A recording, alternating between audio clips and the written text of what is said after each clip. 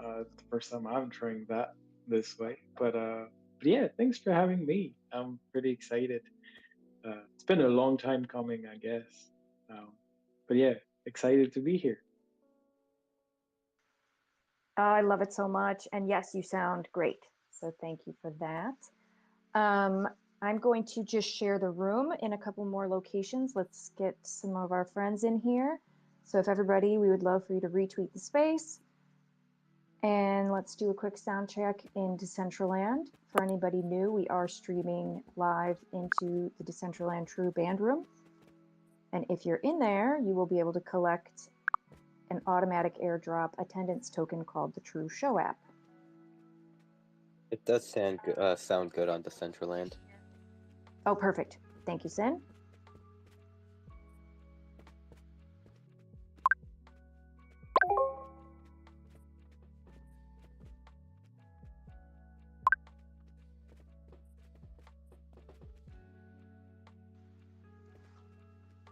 Okay, well, without further ado, and hello to everybody in Decentraland, I see you. Welcome Ash Orphan, the first musician to ever perform in the True Band Room, October 31st, 2021. We have had made so many memories over the years, and I can't believe this will be our first time having a proper conversation. So, without further ado, will you tell us a little bit about yourself?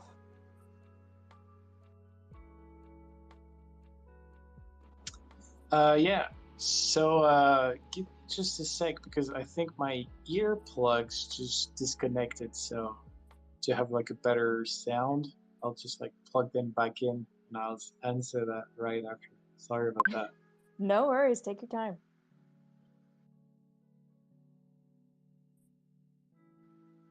While we wait for Ash, Sin, do you know how many Ash show apps you have collected over the years? Or POAPs, because that's how we started. I I don't. I haven't counted yet. Actually, that is actually what's that POAP website? POAP.xyz. Mm-hmm. And Yeah, I'm then looking. I'll have to get into like the show app. Yeah, I'm looking. When show app website? That's a good question and a good idea, to be fair, because I just go to OpenSea, but we should have like a show app site.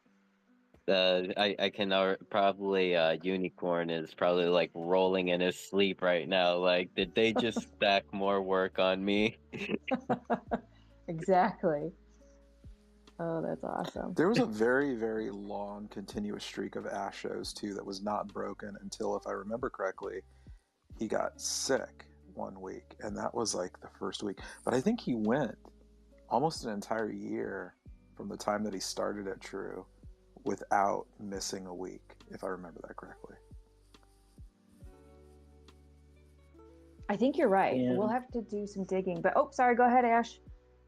no, I'm just saying I'm back. I think it should be working properly now. Sounds good here. So yeah, go ahead. Give us your, your personal intro. Well, probably the oldest member of the True Unicorn as artist.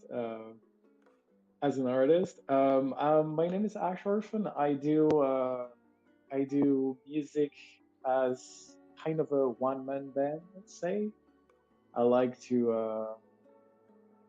It started as like a fingerstyle guitar player and ended up singing more and more and embracing it more and more. So now I feel more like, yeah, a one man band, maybe kind of a, I don't know if I should say entertainer, but at least like kind of a guide through a sound journey. That's what I'm trying to do. So so yeah, I've been doing music for a while now, but started doing my own thing. So that Ash Orphan project, probably 5 years ago, maybe 6 or 7, if we started like before me knowing I would do something like that. So it's fairly recent compared to my experience in the music um, scene. But yeah, and 2 years, almost 2 years of rocking Unicorn band room, and yeah, that has been quite a trip, and that's pretty exciting. Um, so yeah, like anything specific that you wanted to know on my path, or So, how did the name Ash Orphan come to be? Like, what was the process? Were there any like previous names before? What can you tell us about that? um, no, there was no name before that. That's the first one, and I basically used mine. Uh, so that was fairly easy. Um, Only thing I did is like I tweaked it because I'm originally French, so French. So I just basically changed my name to make it English, pretty much. So Ash is the letter H in French, and that's the beginning of my first name, Hadrian, with an H. So yeah, all my life, my parents, my brothers, sisters, and friends call me Ash because of that's how you pronounce the letter H in French. So it's, you know, when I moved to LA 10 years ago, I was like, there's no way I'm going with Hadrian and have to repeat that, especially in bars and stuff like that, where it's like really loud. I don't understand English enough, and I have to repeat myself over and over again. So I was like, you know what? I'll I'll give it Ash. It's easy enough. It's a proper name in English, and I really like the fact also that it was like a name that was used for male or female also, and was kind of a special and not used. At least back then, that's what I thought. So I don't know if it's still true or not, but yeah, I like that. And Orphan is the literal translation of my mother's maiden name. So yeah, because I'm never gonna have her name as a last name. I have my dad's. It's my way of just like having her with me, and just like bring a bit of her in my art, because she's the one that is the most artsy in my family. So she's more manual painting, visual, drawing, and everything. But um, from yeah, in my family, she was the one. She was the artsy one. So that's probably from her that I got also my craftiness in sound. Let's say. So here you go. That's the full story. And Ash, sorry, this is Dino. So you also have been a touring musician, and if I have this correct, you played bass in bands as well. Did you start in bands, or did you start as a solo artist? And how did sort of the band activity come into your career?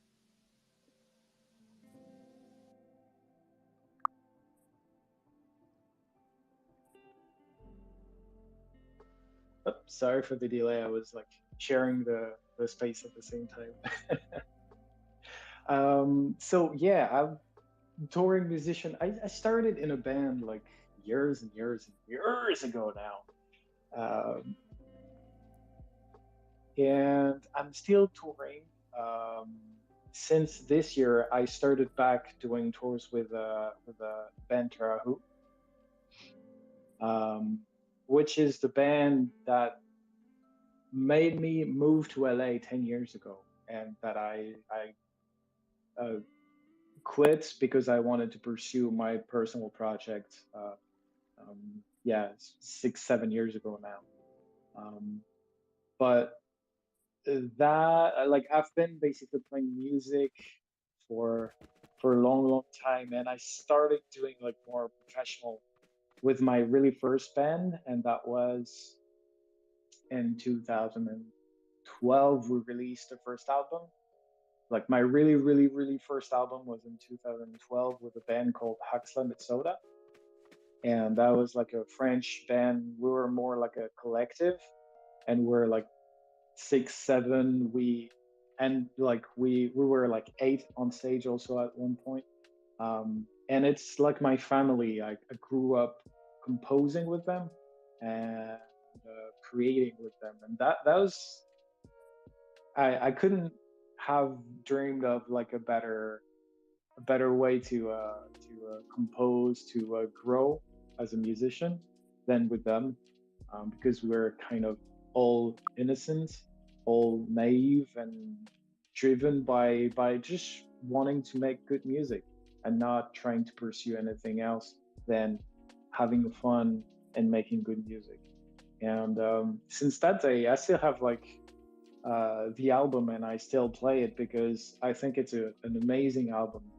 Um, and yeah, if you want to check it out, there we have still like videos of it. So if you type Huxley Met Soda, you'll find some stuff there, and you'll find a baby Ash somewhere too. but uh, Oh my but yeah, God. so that's You're gonna have to spell that one for me, maybe in the comments or something, because I want to look. yeah, no problem. Like how do I do? Oh yeah, probably here. In the Let me bottom see. bottom right of the Twitter Yeah, space, there should be a bubble.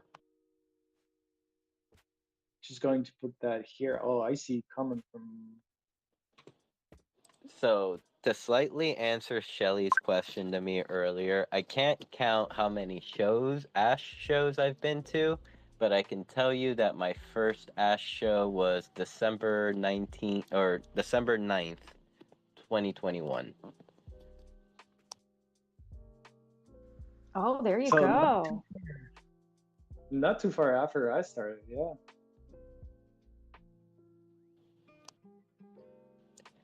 So how did your musical journey lead you to the band room? Uh, wow. Good question. I put the name in the comment. Let me know if it worked properly. But yeah, You? you got there. You got it there normally. Um, so how did I end up in the band room? Pretty much. Well, wow. I think it started when I started looking into crypto more seriously than before. And probably during COVID. I think that was COVID, beginning of COVID, or maybe a bit earlier. I don't remember exactly, but around that time, uh, 3 years ago now, I think, something like that. And so yeah, I started looking into crypto, trying to find trying to understand what the whole thing was more in depth, because I've heard of it like way back when I was um, like 24 or something like that, so 10 years before that. But like I was not like into investing the little bit of money that I didn't even have as a student into like crypto things I didn't know about. But so yeah, I started looking into that more seriously, like watching videos, trying to understand what the whole thing was before investing anything. And after a time, I discovered obviously NFTs, and discovered like the whole thing. And I was like, you know what? Like, how can I try to make, because of COVID, I was basically trying to find alternate ways for my music to be sustainable by itself, if that makes sense. But basically, not being able to like not having to rely on me working on a side job to invest in the music I wanted to do. So that was the main idea behind the crypto research I started, and yeah, after a while, I discovered NFTs and everything, and I stumbled into the Rocking Unicorn website, and I don't remember how I arrived there, but I discovered the website, and I was like, ooh, touring, NFT touring, crypto touring, Europe, France in a bus, everywhere. That sounds good. Maybe that sounds a bit too good to be true, but I'm gonna contact them and see what's the deal. And I contacted Fair Mercury and Unicorn, and since then, like we chatted, I joined the Discord, and yeah, at some point they were like, "Hey, we're gonna do like a live band room thing. That would that be of any interest to you?" So yeah, and I had like some background of uh, uh, live stream on Twitch, so I was like completely familiar with like how to stream, because I started that in 2016, and I was doing that a lot back then. Um, so I was like, sure, like I have no problem on my end. I can do it. I know how to do it. So if you need someone to just like go through the things and see if it works and how it works, I can be the how do you call that, guinea pig, like the experimentation guy. So yeah, hope it answers the question. Yeah, totally. I mean, it's I just listening to your story in crypto kind of even reminds me of mine. Well, maybe with a slightly more trading, like investing early, seeing the technology, and just being like, it's not there yet. It's only like virtual coins, and then like moving into like 2017, 18, it's like start things are starting to get interesting. There's more coins, more like there's like these networks that people are talking about. And then 2020, it's like, holy crap, NFTs. Oh, what? Metaverse? Somewhere where I can hang my NFTs, and so on and so forth. And just man, I was just very curious to know, like, even how like would you have come across the Rocking Unicorns project? It's like, but like in crypto, it's like we just come across the most random stuff sometimes, and kind of like don't even know what potential they could bring. Like, there was a time when I was like looking at Bored Ape Yacht Club, and I was like, wow, I would get this, but it's like just a picture, and like just didn't do it, and here I am. uh you know um Jokes on me. But for you to kind of like seize the opportunity and contact like the project, it kind of like led you towards like where we are today. I'll pass it back to Shelly or Dino. So, Ash, you live in Ireland now, right? Yes, sir. So, I so do. I think I know, or I've heard enough stories about potentially why why writers would move to Ireland, and I know that the late Mark Lanigan. I don't know if you're familiar with Mark Lanigan, but he passed away earlier this year, and he was living in Ireland when he passed.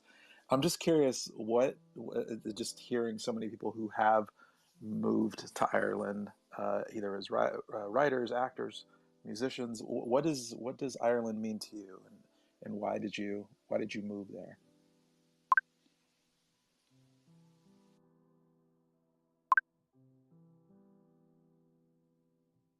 Well, I actually didn't plan to move there. For the full story. um, as for while the like a lot of artists are going there, I think there is like and I'm like too independent. I don't make enough money to know that. But I think for taxes, it's actually really interesting when you have this like the artist status. Um, but I need to dig into that. But I need to be a bit more successful, financially speaking, to look into that more seriously. Um, as for my why I'm there, it's basically like just like the story of my life, pretty much. I just like seized an opportunity and decided to go with the flow, pretty much. I was doing a lot of open mics in Paris, and what I love, besides the fact that that's how I learned to sing and perform in front of people, what I love about open mics, and that's what I try to do them as much as I can, and that I'm missing doing open mics a lot at the moment, is because you meet a lot of people. And in Paris, like we're lucky enough because it's a capital and there's a lot of tourists. Uh, get to meet a lot of foreigners and strangers from everywhere in the world, and I met loads of different people. And at one point, there was like an Irish couple that heard me sing and perform at one of those open mics, and they came and talked to me after my set, and they were like, "That was amazing! Like, you need to come to Ireland, come visit, please. You would be great there and everything." And um, I got that quite a lot. So I was like, at first, yeah, yeah, sure, sure. It's like put that in the back of my mind as like an opportunity, because I was not planning on moving in Ireland specifically, or to tour in Ireland specifically. But it's good to meet people, and after that, there's also, and that's probably from what I've learned living in LA, there's also a lot of people that are promising stuff, and when you're like hitting them up for what they promised, they're like, "Oh, sorry, but no." So like I also got that skeptical approach from LA. Um, on top of my oh sure, that's great, and I'm more optimistic in general. um, so yeah, that's the base story, and after a few years we kept in contact with that Irish couple, and we chatted throughout the years, and yeah, so it's been 4 years now. So 4 years ago I was like, you know what, let's like let's try to do like a small tour. And I started planning a small 2 week tour, and I saw with them if they were available, and they would host me like they said, and they were like, sure, we're going to show you around and everything, and sure they did. So I spent two weeks there where I started touring. I had like a few gigs, a few open mics. I planned to go and everything, and started meeting more people and more, especially more musicians there, giving me like tips and like, oh, you should try and hit this session up and try this session up and everything. So yeah, 2 weeks ended up being 4 years, pretty much. But yeah, it's basically like after the 2 weeks, I was like, oh yeah, there's still this I want to do, and people are offering me to play there and there, but it needs to be a bit longer. So basically, like that Irish couple became like really good friends of mine, and we're roommates now, pretty much. So yeah, like they were like so nice and kind to just like offer me a place to crash at the beginning, and like considering even like saying like, yeah, sure, we're gonna move out all together in a house. And you know it's like the mysteries of life, where I'm like, I don't know how come going there would like you know, changed my life so much, in a good way. That's the same thing that happened for me when I moved to LA. I was like, you know what? Why not? Let's try. And it put me into like living 3 years in LA, for example, and meeting a lot of people and doing a lot of things that I've never thought I would do, because I was not planning into going there. So yeah, Ireland is definitely the same thing too, and I love it so far. It's a lot of fun, and I love the unexpected. I love that, and I think like it helped like it so far. I've been really lucky when I decided to go outside of my comfort zone like that and just like go with the flow and say like let's see, we'll see, we'll see how it goes. So yeah, that's the story of why Ireland.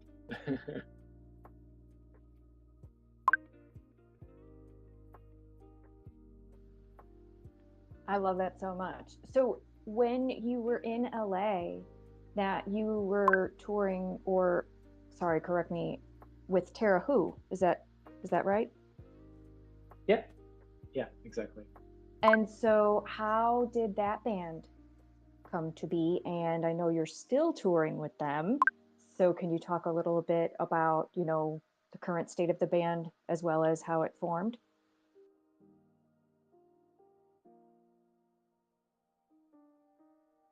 So yeah, Tara Who is a band that was existing before I joined, and that existed the time I was not playing in, and that will exist even if I don't play in the future. Um, it's it has been created, and it's leaded by Tara G. Carpenter, and we met in Paris in 2013. No, 2010. Sorry, so 13 years ago now.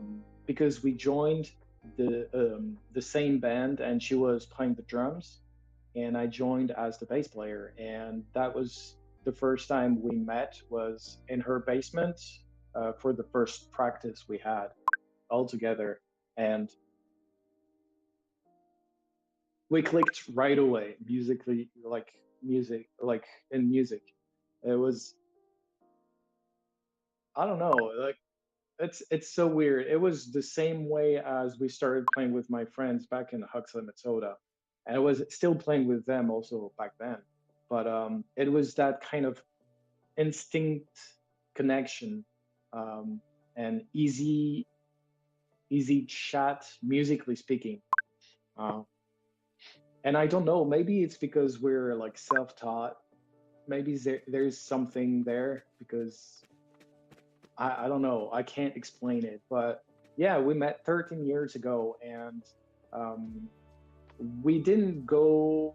We didn't. We didn't stay in that band for long because one of the guy was kind of a bit shifty, and we were both having like our project on the sides that we would just decide to, you know, put more time and effort on those ones. This like instead of like trying to push something we didn't know would be reliable enough. Um, so we quit that band, but we stay in touch, and we kept practicing and playing together, like jamming together. And from the bass, I switched to the guitar, and we started like a project that is still going, but that hasn't been releasing anything so far. That is called Jane Grey Black Orphan. I have it on my Twitter and my Instagram, a link for that. So there's not much on this one, but that's the really first band I started with her, as like really like influenced by post rock, metal, prog music. So it's on the heavy side of things. Um, and that's where I started, where she started pushing me being a singer. But yeah, in between that, she decided to go back to LA to push her band, so Tara Who, and she asked me then. Uh, so it was 10 years ago. She asked me if I wanted to join, to come to LA and play bass for her. So that's how it started. That's where I was like, you know what? Why not? I asked my band, and they were like, so Huxley Metzoda at the time, and they were like, sure, sure, like just go for it, and I will see how it goes. Um, and yeah, that's pretty much the base, like how it started. And from there, we toured a lot. We did a lot of shows in LA, a lot of practice too. Met a lot of cool guys, cool people there, and a lot of discovered also what music business means for Americans, and especially LA people, which is really interesting when you come from Paris and like you're not completely professional, so to speak. Um, but yeah, I've learned a lot through that, and yeah, so we toured a lot there, and I stopped when we came back to Paris to pursue my own personal thing. Um, and yeah, the last thing that happened was pretty much like almost a year ago. She contacted me because she had like big tours planned for this year, with like opening for like Life of Agony, for example, um, which was like something like really big.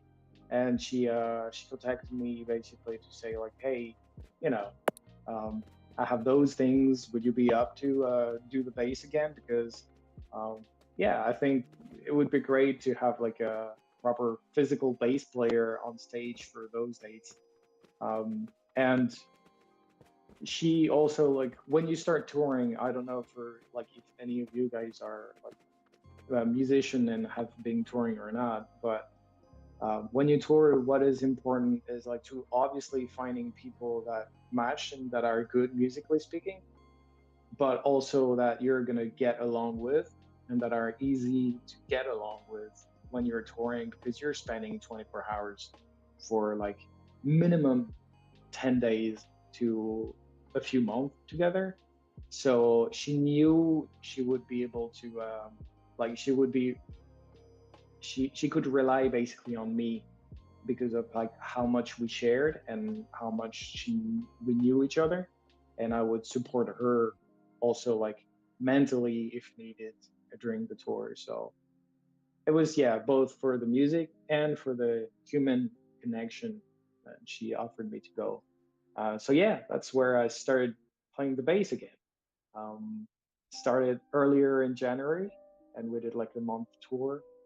After that, we came back in the UK for like a 10 days tour in April. And yeah, I came back from LA 2 weeks ago for a couple dates for shows and like festivals and like convention stuff. And we're planning, maybe, so nothing official yet. We don't have any confirmation, but probably like a big few dates in the US for a big band, that we can't say much for now, but we're waiting for the dates and confirmation on those. And we're back with Life of Agony in November for a few dates in Europe this time. So we're gonna go all the way up north to freeze a bit in Sweden, Norway, and like a few places also in Germany, Austria, like all the Eastern Europe that we didn't do the first time, and finishing up probably with a few dates in France also in early December, like end November, early December. So yeah, that's I was like, I didn't plan any of that, and I didn't think I would travel that much this year, but here we go. So So yeah, this that's is the full gonna be story. This is gonna be like a fan question. Like for you, like so far with your touring experience, how has it been? Like what were like the transportation situations like? Was it like car or van, or did you have a big old tour bus? And were there any like fun stops that you made, or any fun moments that you can speak about? Oh man. So that was my first back in January when we did the Life of Agony one. That was my real first big tour, as in produced also by producers, like a label and everything. Uh, so like a serious non-independent tour, let's say. I was a bit, anxious, because when you don't know what's gonna happen and how it's gonna go and work, uh, you know you can get a little bit anxious. But yeah, like we were touring with just like a van, just for the band, for Tarahu, and I'm glad, because obviously we are all all 30 plus in the band, and there are two ladies also. So when you're touring with other bands that are mostly males, you're like, yeah, when you're a lady, I think you want your privacy. uh, and um, uh, even for me, I was like pretty happy to be just in a van and having like hotel here and there, and not sleeping in a tour bus with like a bunch of dudes. Um, um, Nothing against that, but you know, it it, it was probably easier like that, and nicer, a bit more chill also for the vibes. So I was feeling pretty lucky that I was touring with ladies. This way, it was like enjoying that time of not having to deal with like a full tour, like a full tour bus and stuff like that. But um, but yeah, so we're basically like driving all the way with a van full of merch and full of gear. So sometimes it gets a bit tight in the van, but like we're still young, so there's nothing we can't really handle. And I'm patient, so I can put my mind to something else, and whatever. If we need to do like 4 hours or 8 hours, and we're stuck in a van full of merch, it is what it is. Like, we'll deal with that, and that's all right. It's part of the deal until we get like super famous, and we can have like a proper bigger van with people driving, and people taking care of the gear. We'll take care of it, because that's part of the job so far. But um but yeah, it was a lot of fun, to be fair. And the few stops that I really enjoyed, even before that, even in LA, like, and when I was living there, we did a few gigs in a few places that were really awesome. Like, one of my favorite and most memorable one would be Eugene, I think. No, uh, it was like we were doing like a West Coast tour, and we ended up playing in a strip club, um, in a in the countryside, and that was awesome. We were not ready, like we didn't know, but basically the ladies danced during our set at the same time, and that was the coolest thing. Uh, because yeah, it was rock and roll. It was a lot of fun, and all the people were super kind. All like, there's nothing like cringe or kind of weird or like a bit dodgy about it. So no, that was great. Like, all the people were super cool, and it's not every day that you get to play music with like hot ladies dancing around, like pole dancing and everything. Um, especially that some of them were so fucking good at pole dancing. I was like, I'm always amazed by like how much strength you need to have and how much um, like grace at the same time with like pure strength you need to develop and work. So it's I don't know. Like I would like that's one of the things like I wouldn't go to strip clubs unless I wanted to start like chatting with the strippers to know where they're from and get to know them. Because I'm too curious to know the stories and just to watch them as like a dance. Um, so I don't know if that makes any sense, but yeah, I always been fascinated as like a more a writer or author, if that makes sense, like a creative. I'm fascinated by that. But yeah, so that was one of the coolest place. After that, the past tour we did, um, we had quite a few ones that were really special. The one in Scotland, Scotland people are crazy, like really, really crazy excited. I love it. It was like completely rock and roll and they live your music even though they don't know you, and that was like they were rocking with us. Um, that was yeah a lot of fun. Um, Manchester was really nice also, and Poland. I think we arrived in Poland and we didn't know what to expect, and it was like a smaller one of the smallest places we've played. Um, but the people are so warm and nice there, and it was packed, but packed.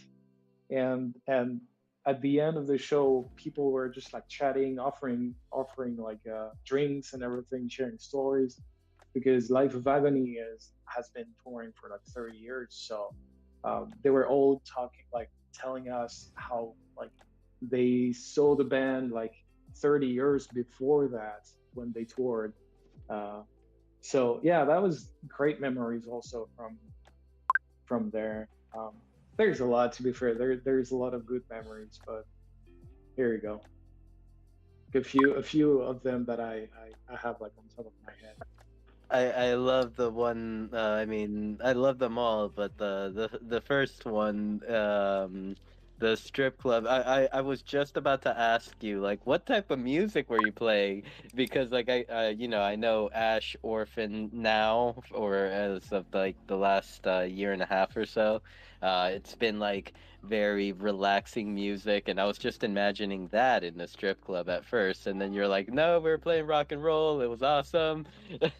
I wish there was footage of these moments to kind of enjoy. Um, and so what has been kind of like one of the biggest shows you have performed in? What was it, one of these like smaller venues with that were just packed with people, or was it kind of like something huge and outdoorsy? So yeah, I didn't specify, but Tara Who is rock. People have a tendency to say punk, um, because she's really angry and it's basically like raw energy. So yeah, it's rock. I'd say Foo Fighters meeting the Distillers pretty much, if you want to get an idea. Um, so yeah, that's completely different from what I do, and that's why I like it so much too. It's like I like the variety that it brings, and it doesn't strike the same strings um, and the same itch in the music. So I like that kind of difference. Mm-hmm. Um, as for the biggest place, I don't. It was not one of those small, but one of the biggest is definitely with Life of Agony because I think that was one in Germany we had either Berlin. They had like a few, quite a few actually, sold out shows. But I think one of them, like the biggest ones, were in Germany. Um, like we did so much shows that like I discovered that by doing it.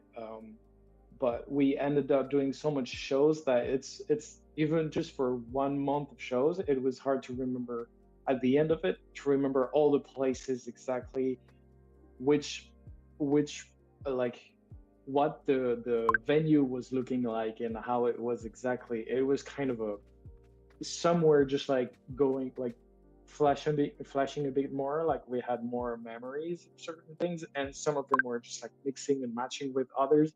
So it's hard to say, but yeah, I think one of the Germany, so like either Berlin or we had München also, like a Munich.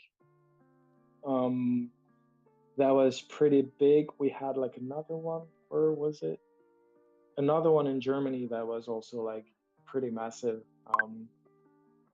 Uh, One in Vienna also, I think that was pretty big. So I would say those ones were more of um, the bigger scale um, venues that I never did like that big. Um, so yeah. And that's awesome.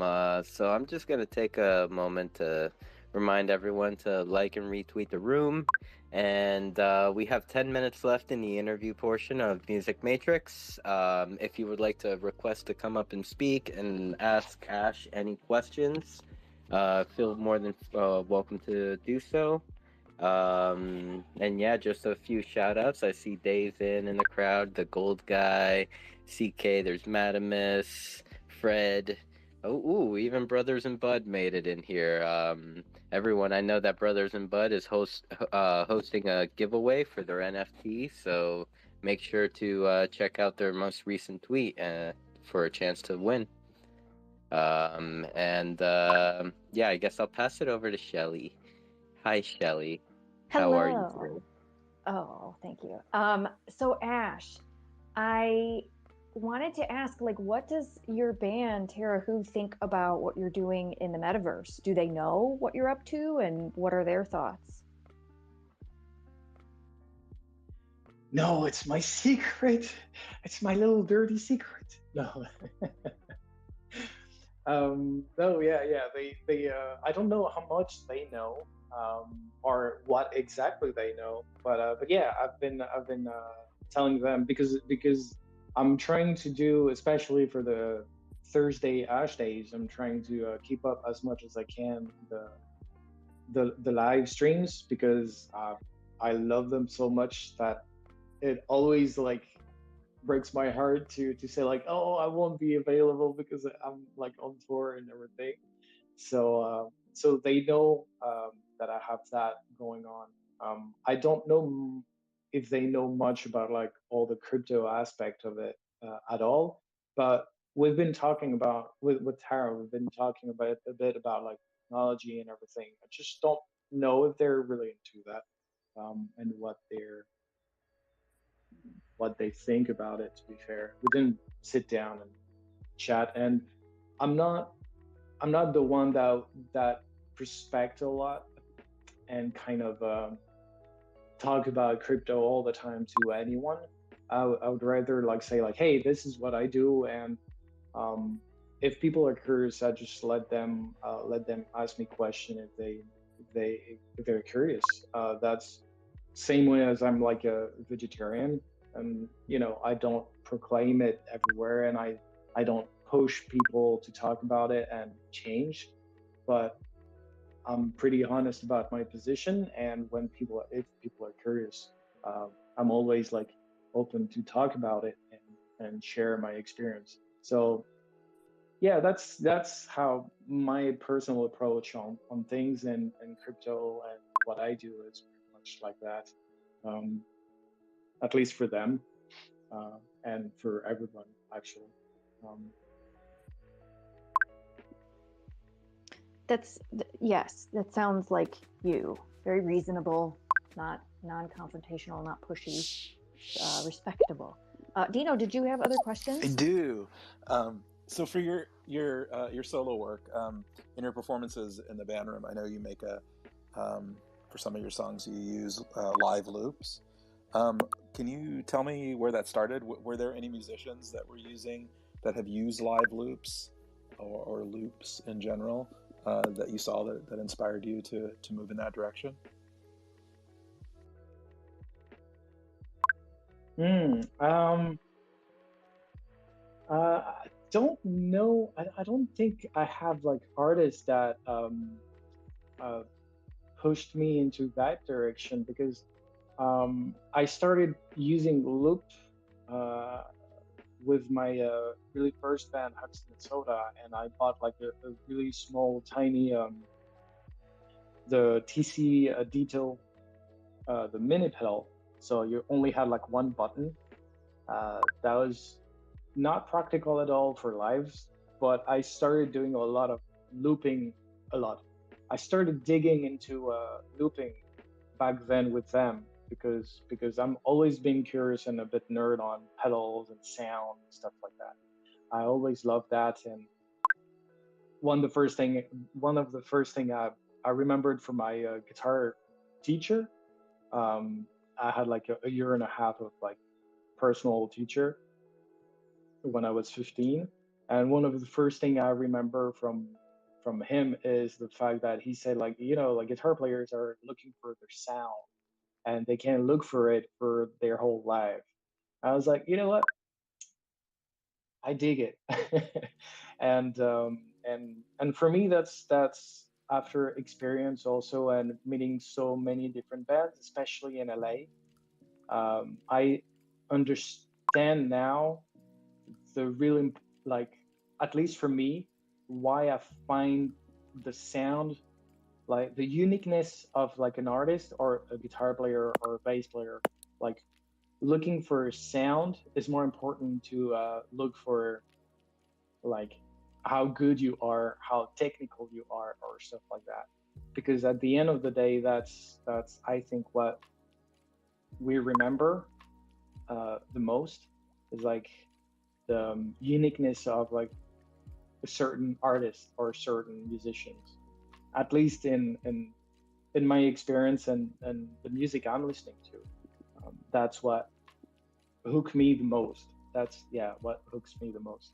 Um, so I think it comes from that nerdiness and research for like what kind of sound I like and what kind of sound I like to make. And after that, a lot of experiment.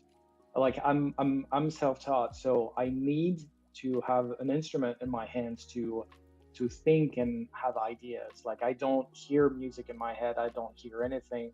I don't plan anything ahead. I just play and improvise on what I hear. And that's that's that's how I proceed pretty much. So yeah, looping pedals were like a godsend, so to speak, for me, just to be able to like have fun and experiment.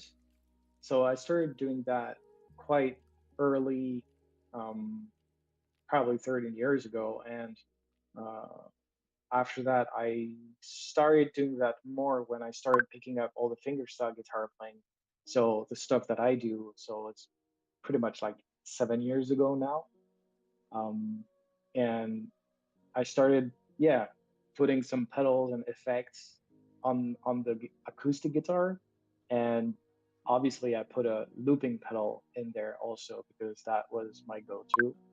Um, so it was more from experimentation, and the more I used it, started using a lot when I was doing Twitch stream in 2016, 17, 18.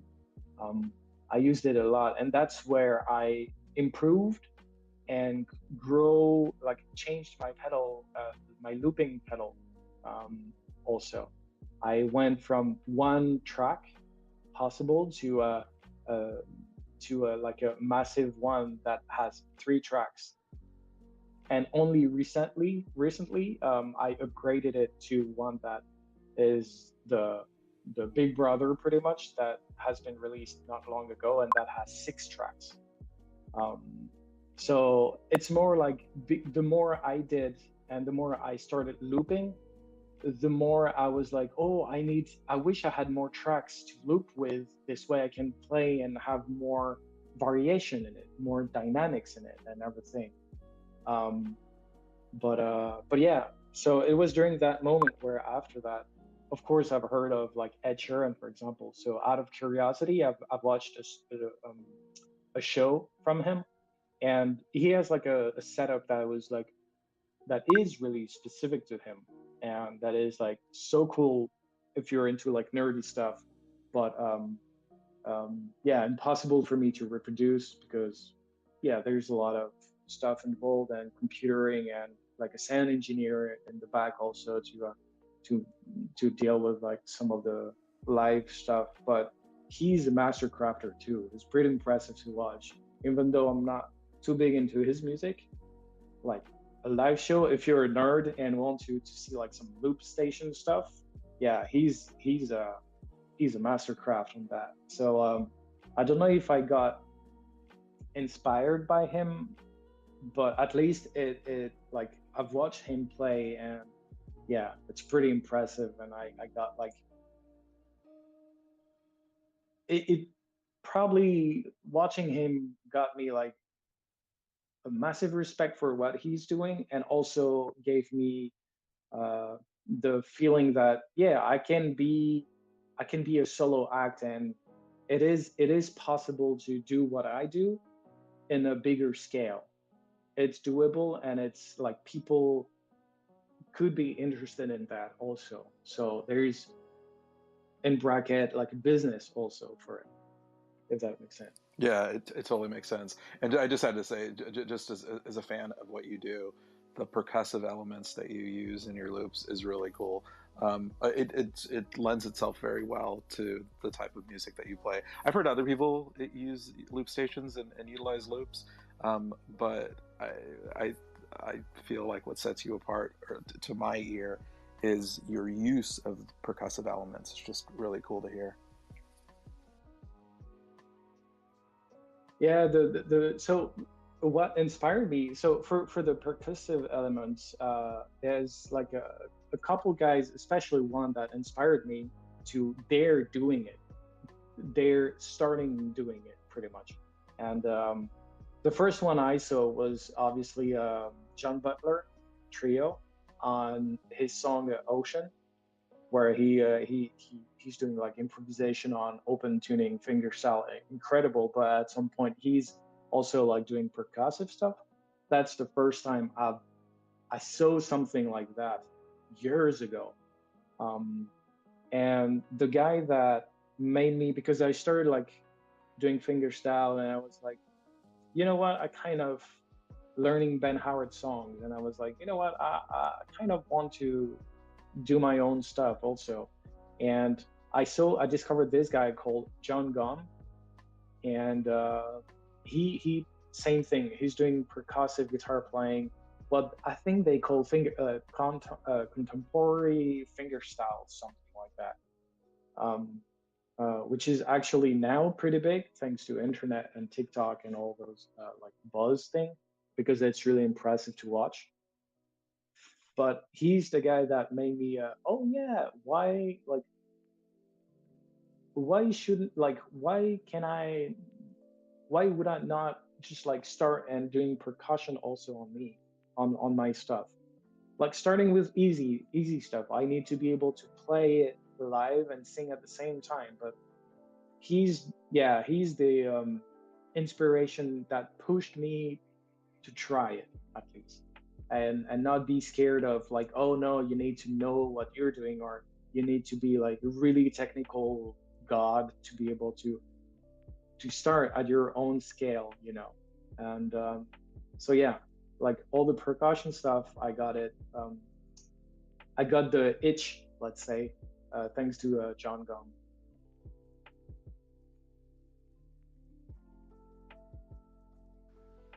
That is awesome. And I have to say, I listen to you on Spotify throughout the week, but that nothing beats your live performances. There's something so raw and real and unique about each and every week, because you do similar songs each week, but or repeat songs each week, but they're always slightly different. There's a different energy.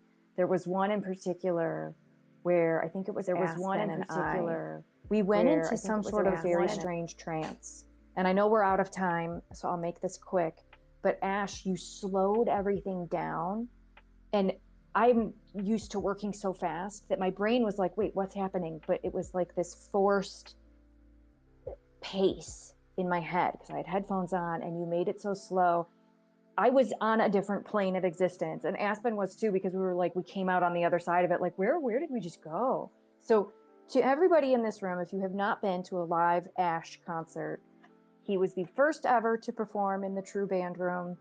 He's been going strong since October of 2021, and it's every Thursday, 9 p.m. UTC.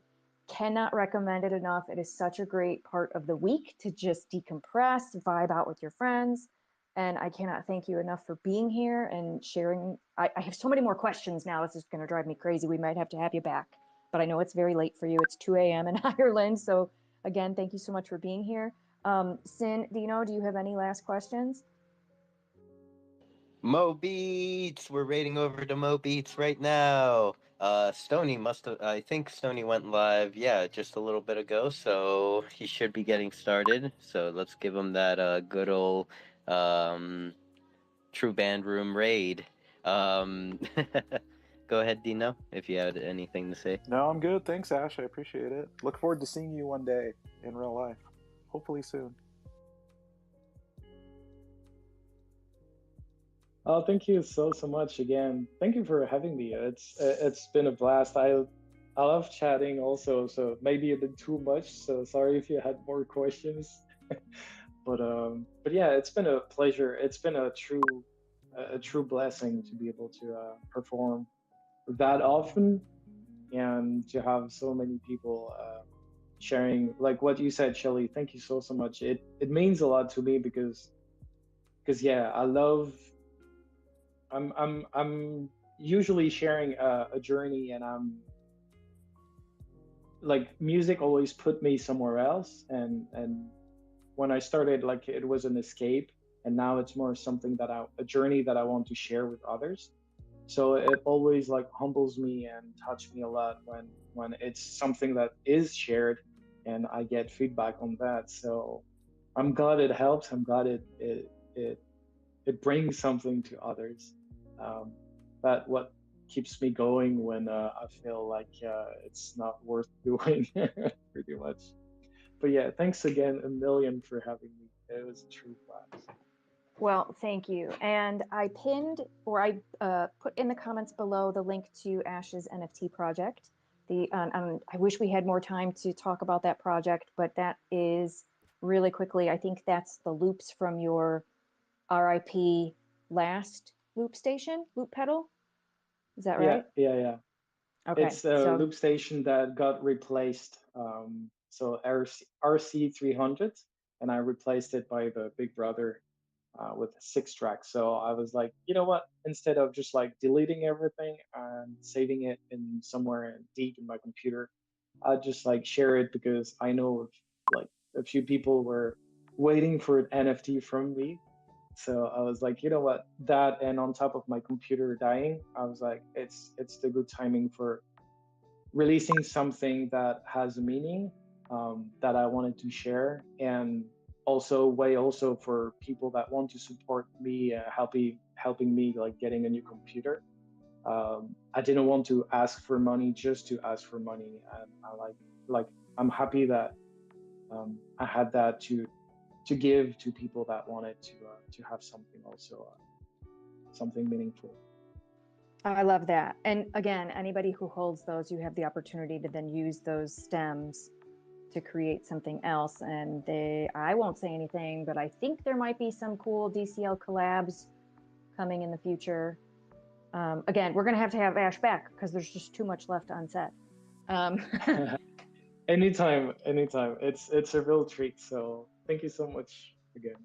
Thank you so much. And so if you're not going to sleep right away, you can pop over to -65, -37. Stony does Mo Beats every other Sunday, which he produces a beat in real time, either himself or with a guest producer. And tonight it is Billy T Coin is the guest. So, and then at the end of the event, or in the following week, he airdrops the beat that's created with the community to everybody in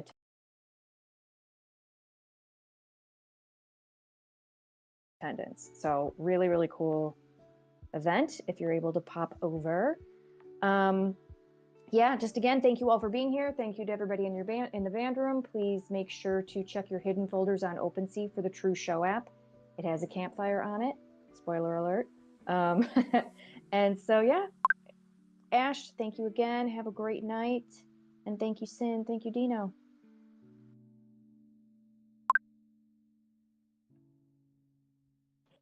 Take care, everyone.